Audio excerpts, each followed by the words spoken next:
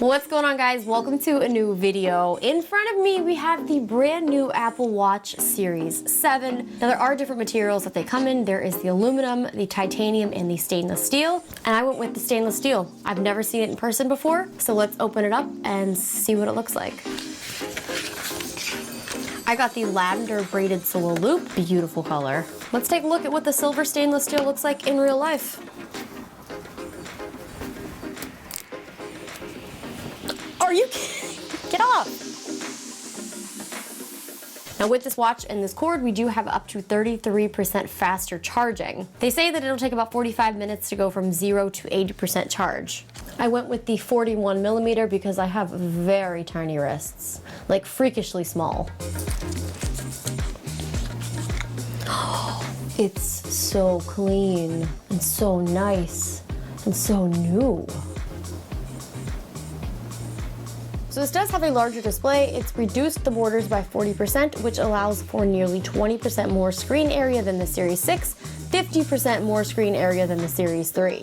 All right, this is exciting. Time to pair. I went ahead and unpaired my previous watch in the app, so that way it will pair my new one and transfer all of my things. While this is connecting and restoring, let's go ahead and open up the lavender solo braided band.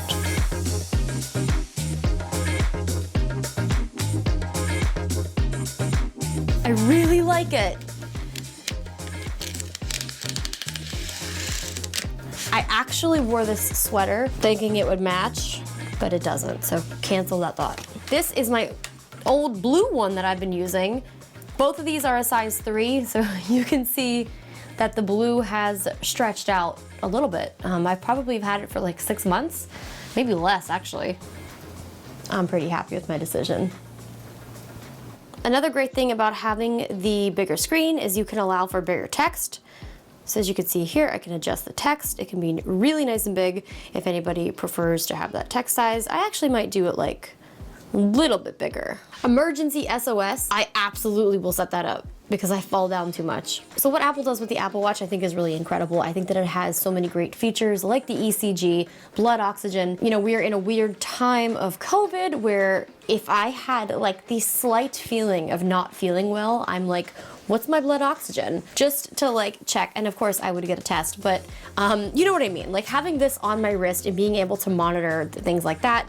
You're not supposed to monitor for heart attacks, but anytime I have a heart palpitation, the first thing I do is like check out my ECG. All right, my watch is still syncing, but I actually want to see what's new with WatchOS. What's really cool now about the watch faces is it has these like portrait pictures that kind of come to life on the screen. I actually didn't know about this. For the Find Your Device, you open Find Devices, and if it's nearby, you can actually tap to play a sound, and if not, you can tap directions. You can set up multiple timers, okay. And we also have assistive touch where you can use gestures like clench and pinch to control your Apple Watch. All right, so let's talk about some of the new things. One of the really cool things now with the watch faces is that you can have portraits. Now I went ahead and added basically all pictures of probably my dog because I love him. Here is a chicken, really fantastic portrait chicken.